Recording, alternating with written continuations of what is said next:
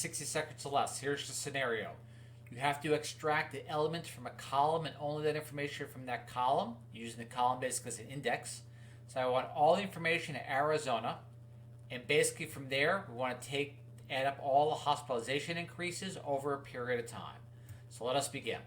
What we do is we take the data frame name, the loc method, data frame name again, the column we're looking to access or extract the information, and basically the Boolean of that extract, in this case, Arizona. So let's go. Boom. All right, now we have all the information in Arizona. Now we just want to get the hospitalization increase, which is a column all the way down there. All right, here we go. Boom. There gives us all the numbers. And now we want to call the method sum on that, basically the column itself. And there we have it, 20,458. Hope this helps. I'll be on YouTube, and I'll catch you all later on. Bye.